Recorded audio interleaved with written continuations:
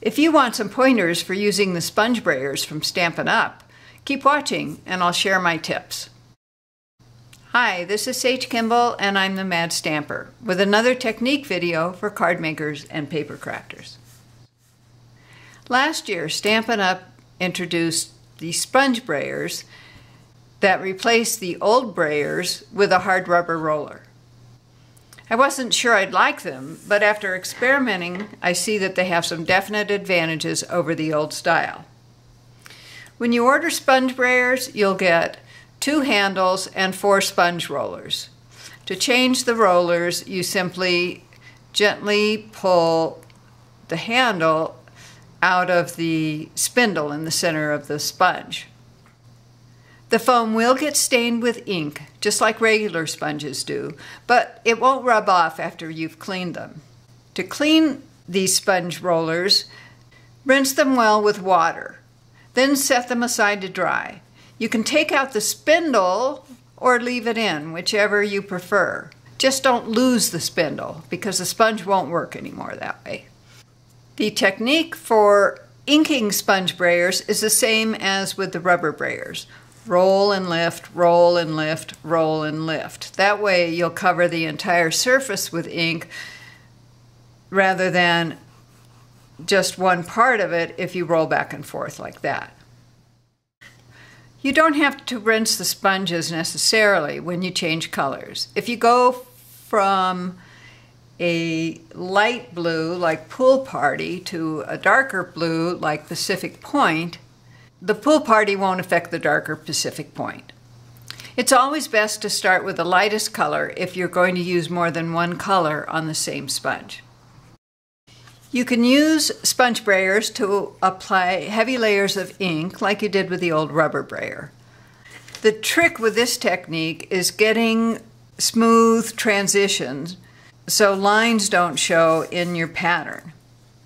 It's actually easier with Sponge Brayers than the old rubber ones because the sponge is narrower and more pliable. You can even fill in areas that didn't get quite enough ink by using the edge of the roller.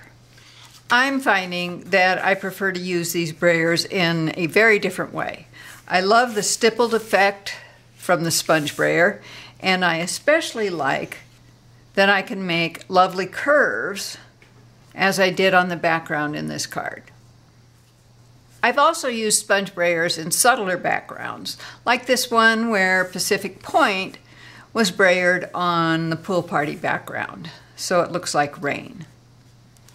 Or this one where I brayered the Sweet Sugar Plum cardstock with Fresh Fig ink. These are quite simple. Just a few curved swipes, and you have a background that's interesting, but subtle enough not to detract from your focal point. Now I want to show you how I did this really dramatic background. I always experiment with practice pieces until I find the effect I want.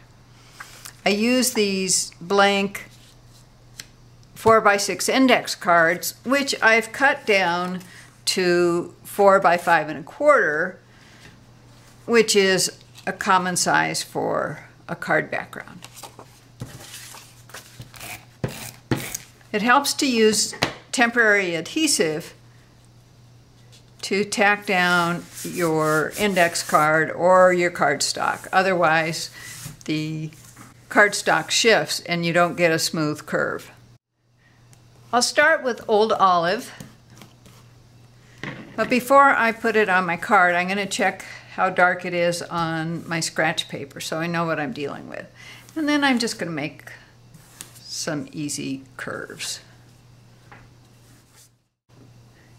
Next, I'll switch rollers and use crushed curry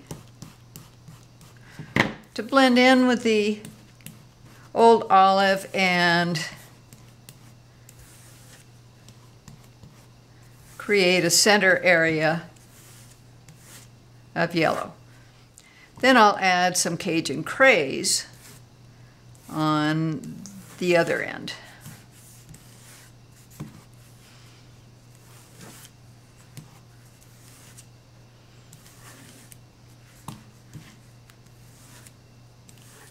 I'm going to go back with the crushed curry and fill in any spots that didn't get much color, and that'll help blend the 3 different colors as well. I think I want a little more color on the Cajun Craze end. So, and there you have it. A beautiful background for your handmade card. Of course, you'll need to put it on cardstock instead of index cards. I hope you'll get out some scratch paper or index cards and just play. Learn how much ink and the kind of curves that will give you the effect you want.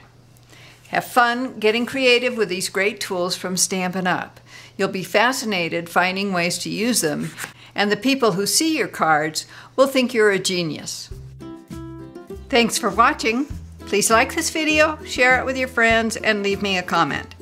For more inspiration and instructions, be sure to sign up for my newsletter at www.stampingmadly.com.